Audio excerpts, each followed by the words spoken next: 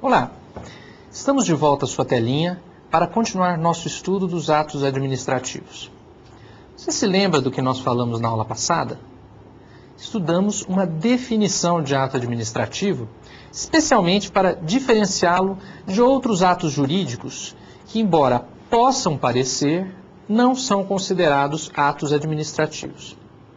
Depois nós brincamos um pouco de Jeque o Estripador e separamos o ato administrativo em suas várias partes. Os 5 elementos do ato administrativo. Você se lembra? Sujeito, objeto, forma, motivo e finalidade. Hoje falaremos de alguns outros assuntos dentro desse tema. Tema que costuma ser um dos mais exigidos nos exames de ordem. Para começar, falaremos dos atributos do ato administrativo. O que seriam atributos? Essa palavra é especialmente usada quando alguém vê uma pessoa bonita e diz: puxa, que belos atributos ela tem. Pois atributos são qualidades, características de algo ou de alguém. O ato administrativo costuma apresentar certas características peculiares, próprias dele, que podem diferenciá-los dos atos dos particulares. Vamos ver quais são os atributos que a doutrina costuma citar? Atributos comuns do ato administrativo: presunção de legitimidade, imperatividade, auto-executoriedade. Antes de explicar cada um desses atributos, precisamos fazer uma advertência. Embora sejam citados sempre conjuntamente nos manuais, precisamos dizer que esses atributos não andam sempre juntinhos. Com exceção da presunção da legitimidade, que é um atributo constante, os demais podem ou não estar presentes em um ato administrativo. Porém, sendo que esse trio é um verdadeiro lugar comum, um chavão do direito administrativo, sugerimos que você fique atento, pois eles costumam ser citados dessa forma, conjunta, em manuais e também exigidos dessa forma nos exames de ordem. Presunção de legitimidade. Já falamos desse atributo em aula anterior, no capítulo 2 do nosso curso, quando estudamos os princípios do direito administrativo. Pois esse atributo também é tratado muitas vezes como um princípio. Como já dissemos, essa presunção é uma decorrência lógica do princípio da legalidade estrita e é necessário ao próprio exercício da autoridade pela administração pública. Vamos apenas lembrar que essa presunção é juris tantum, isto é uma presunção relativa, admitindo que outra pessoa comprove que esse ato é inválido, ilegítimo e, portanto, merece ser anulado. Esse atributo também não significa a irresponsabilidade da administração, pois ela deve, ao sofrer qualquer forma de controle de legalidade, demonstrar a regularidade de seus atos, visto que também existe o dever de transparência na atuação administrativa. Assim, tanto o parlamentar quanto o juiz podem requisitar informações da administração para que possam fazer esse exame da legalidade. Imperatividade. A imperatividade é uma característica dos atos em que a administração exerce sua prerrogativa, o poder de impor obrigações unilateralmente aos administrados. O próprio nome já nos dá uma dica disso. Imperatividade vem de império, que quer dizer domínio, imposição. Mas será que todo ato administrativo tem essa característica? Boa questão, não? Antes de respondê-la, vamos ver alguns exemplos de atos que contêm essa imperatividade. Para ficar mais fácil, nesse esquema nós vamos dividi-los conforme o tipo de obrigação que eles impõem. Vamos ver? Atos dotados de imperatividade. Obrigações de fazer. A instalação de um equipamento obrigatório. Por exemplo, o cinto de segurança e o extintor do carro. O parcelamento e a edificação compulsórios de terrenos urbanos. A apresentação dos registros contábeis de estabelecimento.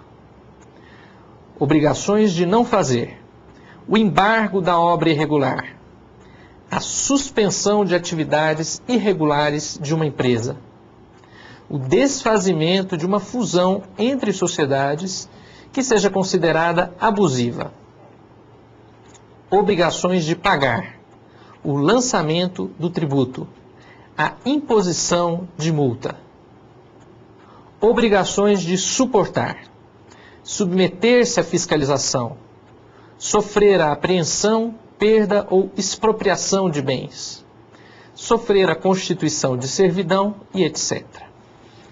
Realmente, há muitos atos administrativos que têm essa característica.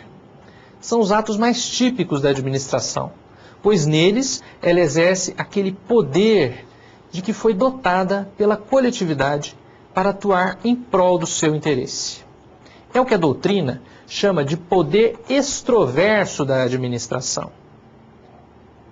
A capacidade dela interferir na esfera jurídica de outras pessoas, criando para elas obrigações. Mas existiriam outros atos administrativos em que essa imperatividade não existe? Sem dúvida. Há, por exemplo, atos que não impõem obrigações, mas apenas possibilitam o exercício de atividades legalmente permitidas.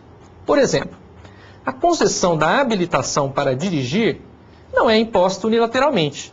Ao contrário, ela é desejada e procurada pelo administrado junto ao poder público. Outro exemplo. Será que quando o presidente da República concede uma comenda, uma medalha, um prêmio a alguém, esse ato é imperativo? E quando o ministro da Cultura pratica atividade de fomento, isto é, de incentivo, será que há imperatividade? E um último exemplo. Quando você vai a uma repartição, obter uma certidão, um ato meramente declaratório, que descreve uma situação, será que nesse ato há imperatividade? A resposta a todas essas questões é evidente. Não há imperatividade. Nem todo ato administrativo é dotado de imperatividade. Mas não se esqueçam de citar esse atributo quando forem questionados em um exame, pois, como já dissemos, nem sempre o examinador se preocupa em avaliar a sua compreensão, mas sim se você decorou os manuais. Autoexecutoriedade. O último atributo, a autoexecutoriedade.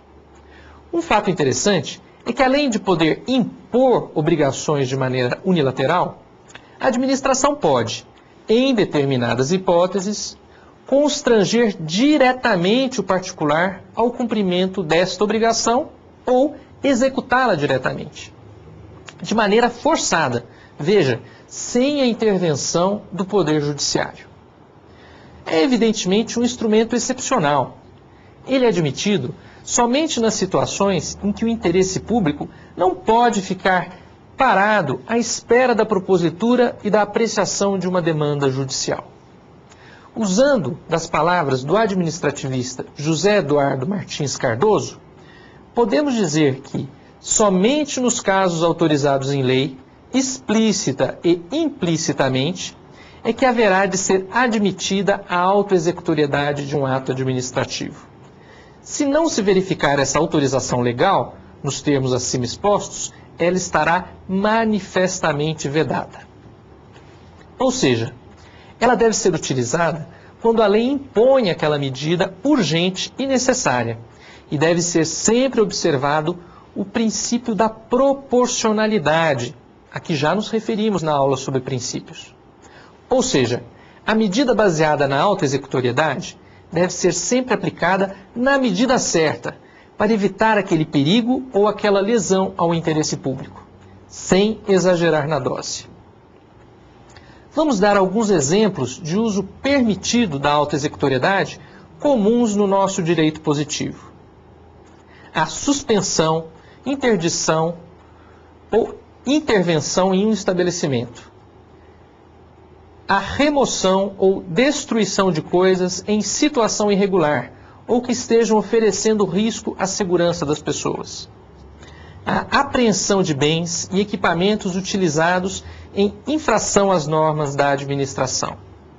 O arrombamento de residência para prestar socorro, entre outras medidas de caráter urgente e impositivo. Em todas essas situações, a administração age diretamente, exige o cumprimento daquela obrigação pelo particular, sem que haja necessidade de pedir autorização ao Poder Judiciário. Evidentemente, há situações em que essa autoexecutoriedade não se apresenta. Sabemos que a administração, caso queira desapropriar um bem contra a vontade de seu proprietário, deverá ajuizar uma ação para isso. Da mesma forma, a administração não pode exigir o pagamento de dívidas tributárias sem que ajuize uma ação para isso. Ficam assim explicados esses três atributos: presunção de legitimidade, imperatividade e autoexecutoriedade. Passemos então ao próximo assunto: classificação dos atos administrativos. Você já deve ter percebido como os juristas gostam de classificar as coisas. Isso é um pouco influência da ciência biológica, com suas classificações dos seres em gêneros, espécies, etc. O problema é que nem todas essas classificações são úteis. Ou, às vezes, a utilidade maior delas é justamente pegar o aluno desprevenido na prova ou no exame de ordem. Vamos aqui tratar das classificações mais comuns, visto que todos os autores gostam de criar novas classificações: atos gerais e atos individuais. Essa classificação se baseia na distinção entre destinatários determinados ou indeterminados do ato administrativo. Atos gerais são aqueles que não têm um destinatário certo. Destinam-se a todos os que se enquadram na situação definida naquele ato. Um exemplo de ato geral é um edital de concurso. Ele não tem um destinatário certo. Quaisquer pessoas que preencham os requisitos ali previstos podem se interessar e se inscrever no concurso. Atos individuais são aqueles que têm destinatário certo, definido. Usando ainda o exemplo do concurso, vamos imaginar que ao final desse concurso, 10 candidatos são aprovados e nomeados. A nomeação é um ato individual, ainda que tenha sido utilizado um só decreto para nomear os 10. Na verdade, embora tenha sido utilizado um só documento, o decreto, na verdade foram praticados 10 atos, 10 nomeações, cada uma com um destinatário diferente. Se, por exemplo, houver uma nulidade em relação a um deles, isso não afetará a nomeação dos demais. Atos internos e externos. Aqui, a classificação tem por critério a repercussão dos atos. Ato interno é aquele que somente produz efeitos no âmbito interno da administração. Por exemplo, circulares e portarias internas, ordens de serviço, relações de remessa, etc. Ato externo é aquele que produz efeitos em relação a terceiros. Por essa razão, se costuma dizer que os atos externos devem ser obrigatoriamente publicados, visto que os interessados têm direito a conhecer o conteúdo de um ato da administração que vá atingir seus interesses. Observe que não é o fato de classificarmos um ato como interno que será capaz de impedir a sua publicidade. Sempre que esse ato atingir, ainda que indiretamente, a coletividade, ele deve ter ampla publicidade. Atos simples e complexos. Essa classificação é baseada no critério do número de vontades que participam para a edição de um ato administrativo. O problema é que dificilmente vamos encontrar 2 autores que expliquem essa classificação da mesma forma. Além disso, do ponto de vista prático, é de raríssima utilidade. Serve, portanto, para atormentar os candidatos aos exames de ordem e concursos públicos. Mas vamos a ela. Ato simples é aquele que depende apenas da vontade de um órgão para produzir seus efeitos. Por exemplo, o presidente da República, ao nomear um ministro, pratica um ato simples. Muitos autores ainda distinguem entre os atos simples aqueles que são produzidos por um só agente, chamado de singulares, daqueles que são produzidos por vários agentes, reunidos em um colegiado. Estes são chamados atos colegiais. Por exemplo, as resoluções do Conselho Nacional de Trânsito, famosas muitas vezes pelas polêmicas que causam, são atos colegiais. Também as decisões do CADE, Conselho Federal dedicado às questões relacionadas à regulamentação da concorrência. Ato complexo é aquele que depende da vontade de mais de um órgão, ente ou poder. Usando de exemplo semelhante, a nomeação dos ministros do Supremo Tribunal Federal depende da vontade de dois poderes. O presidente da República escolhe, mas o Legislativo, no caso o Senado, deve aprovar essa escolha. Há ainda autores que propõem um outro tipo de ato, o ato composto. O ato composto, segundo essa corrente, também é produzida por dois órgãos distintos, havendo, na verdade, dois atos, um acessório e um principal. Mas é realmente difícil distinguir entre os atos complexos ou atos compostos, e mesmo entre os atos compostos e o chamado procedimento administrativo. Por esse motivo, muitos autores não usam mais essa distinção, essa nomenclatura de ato composto. Atos vinculados e atos discricionários. Deixamos por último a classificação mais importante, classificação mais empregada nos exames, que é a que distingue os atos administrativos conforme a liberdade, a margem de escolha do agente ao praticá-los.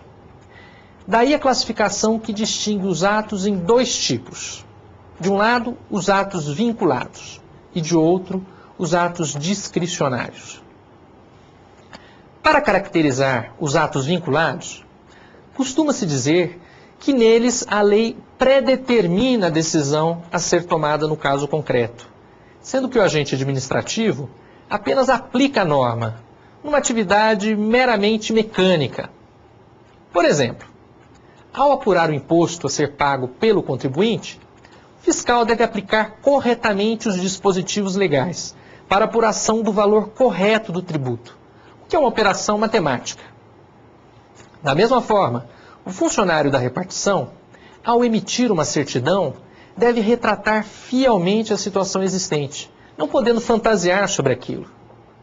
Veja, se esses agentes deixarem de cumprir exatamente aquilo que a lei determina, o ato será inválido. Ao contrário, nos atos discricionários, a lei deixa ao agente uma margem de escolha para que ele adote a solução mais adequada ao interesse público. Sim, pois o legislador, ao editar a lei, ele não tem o poder de prever todas as situações possíveis e editar todas as normas apropriadas a essas situações. Ele tem de deixar para o executor da lei, para o administrador, uma margem de escolha, nessas situações em que ele não é capaz de prever com todos os detalhes os acontecimentos. Essa margem de escolha costuma ser denominada de mérito do ato, e que compreende as razões de conveniência e oportunidade que embasam a decisão a ser adotada. Somente os atos discricionários, portanto, possuem mérito, nesse sentido que nós estamos falando. Na verdade, essa classificação de atos vinculados e atos discricionários é criticada, pois, na verdade, essas características muitas vezes se misturam em um mesmo ato. Por exemplo, um agente de fiscalização ambiental pode ser obrigado a lavrar uma multa quando diante de uma infração ambiental, o que constitui uma vinculação para ele. Porém, ele pode ter uma margem de escolha na fixação do valor da multa, o que será uma atividade discricionária. Assim, melhor do que falar em ato discricionário, é falar em aspectos discricionários que podem existir num determinado ato. Celso Antônio Bandeira de Mello, em sua renomada monografia sobre esse assunto, nos explica que a discricionariedade pode se manifestar de diversas formas. Vamos ver? Ela pode se manifestar a. Na determinação ou reconhecimento da situação de fato necessária à prática do ato. B. Na conveniência de agir ou não agir. C. Na escolha da ocasião oportuna para agir. D. No que tange a forma jurídica para a prática do ato. E. Na eleição da medida mais apropriada à satisfação do interesse público, em vista da situação fática existente. Conforme pudemos ver, são diversas as circunstâncias que a lei pode prever, permitindo o uso da discricionariedade. O importante é que o administrador não deixe de lado a finalidade do ato, que é a satisfação do interesse público, conforme ele já está traçado, provavelmente, na própria lei. Extinção do ato administrativo. Podemos dizer que a extinção é a morte do ato administrativo. Com a extinção, cessam seus efeitos. Ele deixa de existir no mundo jurídico. Ainda dentro dessa comparação, pode-se afirmar que os atos administrativos estão sujeitos, às vezes, à morte natural, pela ocorrência de um fato que a lei estabeleça como causa da sua extinção. Assim, se nós não renovarmos nossa carteira de motorista, ou melhor, o ato que denominamos de habilitação para conduzir automóvel, esse ato se extinguirá ao término do prazo de validade. Os efeitos dele, evidentemente, também cessarão. Não poderemos mais conduzir automóveis de maneira lícita, regular. Vamos ver um esquema com as causas naturais de morte do ato jurídico. Vamos lá? Hipóteses de extinção natural do ato administrativo. A. Cumprimento de seus efeitos, compreendendo esgotamento do prazo, execução material do ato ou implemento da condição resolutiva ou termo final. B. Desaparecimento do sujeito da relação jurídica. C. Desaparecimento do objeto da relação jurídica. Mas há também a morte provocada do ato administrativo, ou seja, a morte dele por um outro ato jurídico que o desfaça. Vamos ver um outro esquema agora, que nos explica essas causas, podemos chamar de artificiais, da morte do ato administrativo. Hipótese de extinção provocada por meio de outro ato jurídico. A. Por ato jurídico do particular, em que temos a renúncia e a recusa. B. Por outro ato jurídico da administração. São espécies 1. A invalidação. 2. A revogação. 3. A cassação. C. A caducidade, isto é, o advento de nova legislação contrária àquele ato. E, finalmente, D. Por ato judicial, invalidação judicial. Os casos em que a extinção é provocada pela administração merecem nossa especial atenção, por se tratar de atos administrativos que incidem sobre outros atos administrativos, retirando-os do mundo jurídico. Esses atos são exercidos com base no poder de autotutela da administração. Você deve se lembrar que já falamos da autotutela na aula em que tratamos dos princípios da administração. A invalidação. Vamos aqui utilizar um conceito excelente fornecido por Celso Antônio Bandeira de Mello. Para ele, a invalidação, que também é chamada de anulação, é a supressão, com efeito retroativo, de um ato administrativo ou da relação jurídica dele nascida, por haverem sido produzidos em desconformidade com a ordem jurídica. Ao invalidar, isto é, ao anular seus atos, a administração exerce um dever, o dever de reparar, de consertar aquela ordem jurídica que foi violada. Vamos imaginar o ato administrativo, esse ato administrativo viciado, como um borrão que atrapalha a harmonia e a beleza de uma pintura, que é a ordem jurídica. É necessário, então, apagar esse borrão, sem deixar nenhum vestígio, nenhum traço dele. Essa necessidade de apagar o borrão de que falamos faz com que os efeitos do ato de invalidação operem retroativamente. É como se tentássemos voltar no tempo e desfazer tudo aquilo que se fez de errado, sendo que já vimos que, em alguns casos, esses efeitos são mantidos de forma excepcional para não prejudicar situações já consumadas em que há pessoas de boa-fé afetadas pelo ato viciado. Em razão do dever de zelar pela legalidade, a invalidação dos atos pela administração pode e deve ser realizada ex officio, isto é, sem a necessidade de provocação, por iniciativa da própria administração. Porém, quando a invalidação puder prejudicar direitos de terceiros, é necessário que ao administrado seja permitida a defesa de seus interesses, respeitando-se as garantias constitucionais do devido processo legal, da ampla defesa e do contraditório. Lembram-se do artigo 5º, incisos 54 e 55 da Constituição Federal de 88? Mas será que todo e qualquer vício obriga a administração a invalidar o ato viciado? Não, pois existe a hipótese de convalidação, de que falaremos daqui a pouco.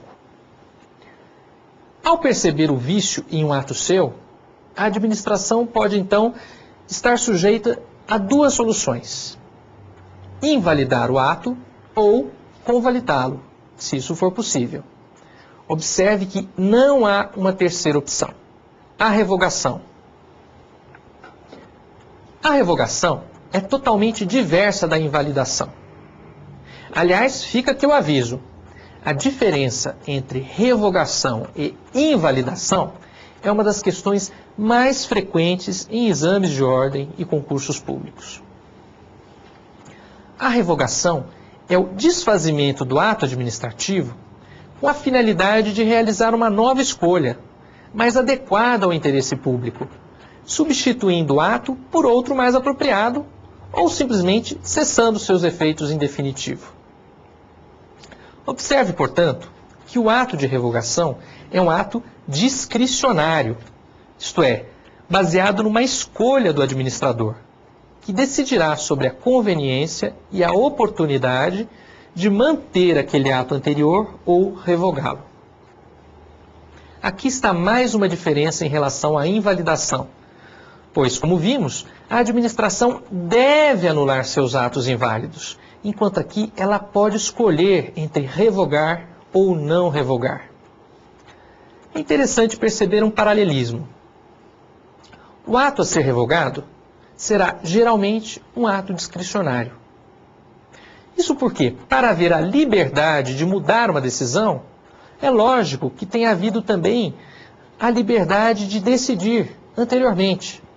Um exemplo: a nomeação de um ministro pelo presidente da República é um ato baseado na discricionalidade, no poder de escolha do presidente.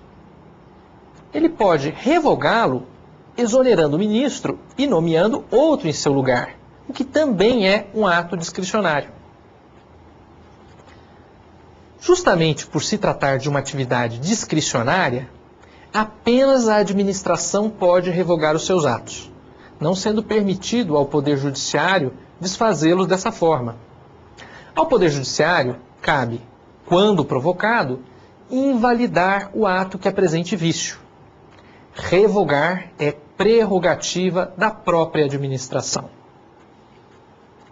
No tocante aos efeitos que produz, a revogação também é diferente da invalidação, pois o ato revocatório somente pode cessar os efeitos do ato revogado no momento atual ou posterior à sua edição. Ou seja, os seus efeitos operam ex nunc, ou seja, não retroativamente. E é lógico que seja assim, pois o ato que foi revogado era plenamente lícito, válido, não havendo motivo para negar os efeitos que ele já produziu. Vamos agora observar o seguinte esquema, que compara invalidação e revogação, de maneira a gravarmos bem as suas diferenças. Invalidação. Causa, vício do ato. É ato vinculado a dever de invalidar. O judiciário pode invalidar. opera efeitos retroativos, ex tunc. Revogação, causa realização de nova escolha, adequada ao interesse público. É ato discricionário, a escolha em revogar. O judiciário não pode revogar. Opera efeitos não retroativos, ex nunc. Esse esqueminha também está em nossa apostila. É um recurso de memorização, mas espero que, mais importante do que meramente decorar, você tenha entendido o porquê dessas diferenças. Invalidação e revogação são atos bem diferentes, não? Pois vamos falar agora da cassação. A cassação. A cassação é diferente tanto da invalidação quanto da revogação, pois ela é causada por uma atitude do próprio administrado. Ela é uma sanção, uma punição aplicada ao administrado que foi beneficiado por um ato administrativo. Isso porque ele descumpriu os deveres jurídicos que lhe foram impostos como condição para o gozo desse ato administrativo. O exemplo mais conhecido de cassação é o da carteira de motorista, ou melhor dizendo, da licença para conduzir veículos. Se descumprirmos a norma de trânsito de maneira a acumular pontos em nosso prontuário, isso levará à perda desse benefício que nos foi concedido por meio da licença. Da mesma forma, uma fábrica que descumpre as condições impostas para o seu funcionamento, ela acaba por perder a sua licença. A autoridade ambiental cassa essa licença, obrigando-a a cessar suas atividades. Com relação à cassação, não se pode classificá-la como ato vinculado ou discricionário, visto que isso dependerá do que a lei dispõe a respeito. A lei pode estabelecê-la como um dever ou como uma escolha do agente administrativo. E a cassação, será que seus efeitos retroagem? Isso também depende do que a lei vai estabelecer. Mas podemos dizer que, como regra geral, devem permanecer os efeitos ocorridos até o momento em que ocorreu a violação do dever pelo administrado, pois somente nesse momento ocorreu a violação daquela condição que foi imposta a ele para gozar dos efeitos benéficos daquele ato administrativo. Convalidação do ato administrativo. Como já vimos, quando está diante de um vício em um ato seu, a administração se vê diante de duas possibilidades. Ou invalida, anula esse ato, porque isso é necessário, ou convalida o ato, se isso for possível. A convalidação é um ato que corrige os vícios do ato anterior, atuando de forma retroativa. Porém, para que possa ocorrer a invalidação, é necessário que o vício do ato a ser convalidado seja sanável, isso é, de possível correção. Mas quais são os vícios que são considerados sanáveis? Vamos agora retomar um pouquinho do nosso estudo dos elementos do ato administrativo. Será que os vícios referentes ao motivo são sanáveis? E os relativos ao objeto? E o vício de finalidade, que já vimos, até denominamos como desvio de finalidade? Se nós nos lembrarmos desses vícios, vamos verificar que não há como aproveitar um ato, pois eles afetam profundamente a própria natureza desse ato, pedindo assim o seu aproveitamento. Mas os vícios relativos aos elementos sujeito e forma podem, veja bem, em tese, ser corrigidos. Eu estou dizendo em tese, pois somente a análise do caso concreto é que permitirá verificar se o vício em questão é ou não é sanável. Portanto, vícios de motivo, objeto e finalidade nunca são sanáveis. Vícios relativos ao sujeito e à forma, a palavra a ser usada é depende. Depende das circunstâncias do caso, depende do que a lei dispôs a respeito dessa situação. Por exemplo, os defeitos relativos à competência do sujeito podem ser sanados, desde que o ato possa ser ratificado, isto é, confirmado pelo órgão competente para a produção daquele ato. Um exemplo muito comum é o da prática de atos por funcionário de fato. Já demos até um exemplo disso ao estudar o elemento sujeito. Os atos praticados pelo funcionário de fato, desde que não tenham outros vícios, podem ser ratificados, confirmados pela autoridade competente. Também podem ser ratificados os atos praticados indevidamente pelo subordinado, mas que possam ser confirmados pelo seu superior hierárquico, a quem caberia praticá-lo. Mas observe, não pode haver a convalidação de um ato praticado por uma autoridade de competência absolutamente distinta daquela que seria competente. Por exemplo, uma autorização para garimpo, concedida por um funcionário municipal, jamais poderia ser ratificada, pois essa autorização somente poderia ser dada pelo órgão federal, em razão do que dispõe a Constituição Federal sobre essa competência. Quanto à forma, já dissemos que ela é um meio para a realização dos fins tutelados pelo ordenamento e visados pelo ato, e não um fim em si mesma. Sobre isso, os franceses costumam utilizar uma frase, que também é muito repetida pela doutrina nacional. Pas de nullité sans griffe, isto é, não há nulidade se não houver prejuízo. Assim, se o vício formal não afetar a própria existência do ato e nem interferir na certeza e na segurança jurídica em relação ao seu conteúdo ou nas garantias dos administrados, não há vantagem em promover a invalidação desse ato. Por último, é importante observar que a Lei nº 9784/99, Lei Federal de Procedimentos Administrativos, em seu artigo 11, estabelece como condição da convalidação a inexistência de lesão ao interesse público e a não ocorrência de prejuízo a terceiros. Portanto, se ocorrerem tais circunstâncias, a administração estará impedida de convalidar o ato, devendo, portanto, invalidá-lo, anulá-lo. Controle jurisdicional do ato administrativo. Conforme já dissemos, os atos administrativos estão sujeitos a controle de legalidade pela própria administração.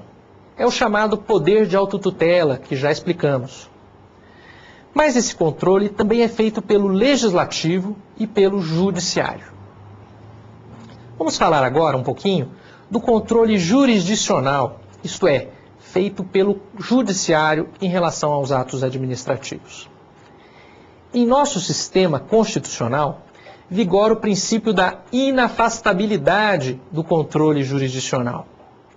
Isto é, toda lesão ou ameaça a direito está sujeita a controle por parte do judiciário. Isso está escrito no artigo 5º, inciso 35 da Constituição Federal. Vocês se lembram? Artigo 5º, inciso 35. A lei não excluirá da apreciação do Poder Judiciário lesão ou ameaça a direito. Portanto, toda e qualquer pessoa, ao se sentir prejudicado por um ato da administração pública, poderá questionar esse ato por meio de uma ação judicial. Muitas vezes, o próprio Ministério Público ou outro sujeito que possua legitimidade para a ação civil pública se utiliza dessa ação como instrumento processual para questionar a legalidade de um ato administrativo. Porém, há que se fazer aqui uma distinção. Com relação aos atos vinculados, isto é, aqueles produzidos como mera aplicação de um comando legal, esse controle jurisdicional é pleno, ilimitado. Já com relação ao ato em que haja um aspecto discricionário, onde a lei permitiu ao agente público realizar uma escolha, se costuma dizer que a decisão judicial não poderá questionar o mérito do ato. Ou seja, ela deverá respeitar essa margem de escolha que a lei ofereceu ao agente administrativo. Isso não quer dizer que o uso da discricionariedade estará fora de controle. Cabe ao Poder Judiciário verificar se o agente público respeitou os limites que lhe foram impostos pela própria finalidade legal e tendo em vista a situação concreta existente naquele ato.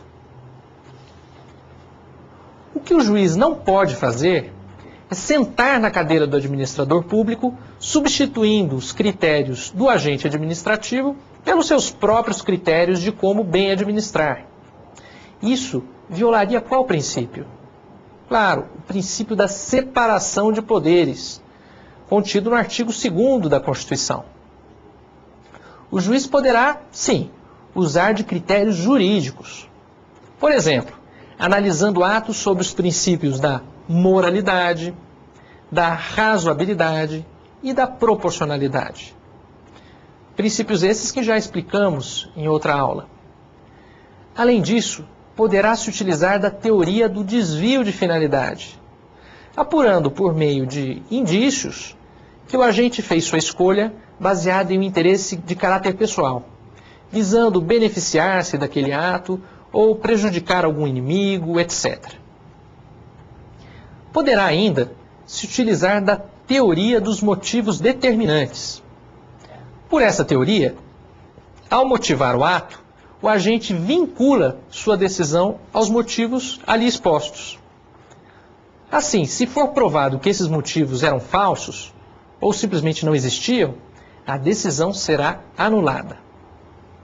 Resumindo, há instrumentos jurídicos que permitem evitar o abuso da discricionariedade, isto é, a extrapolação daquela margem de liberdade conferida pela lei ao agente público. Porém, dentro dessa margem, isto é, sobre o mérito do ato discricionário, não pode o juiz se manifestar, sob a pena de dele invadir a competência da administração, ingressando assim indevidamente na função administrativa ou governamental, que não é a função que o juiz está exercendo ao proferir uma sentença. Bem, amigo, acho que por hoje já falamos bastante. Espero que você tenha aproveitado essa aula para tirar suas dúvidas sobre esse assunto um tanto complexo, mas absolutamente fundamental para a compreensão de nossa disciplina. O ato administrativo é o tijolinho que constrói o edifício do direito administrativo. Espero que a aula de hoje também tenha sido um tijolinho na construção do edifício do conhecimento, necessário não apenas para o exame de ordem, mas para a sua vida profissional. Até a próxima aula.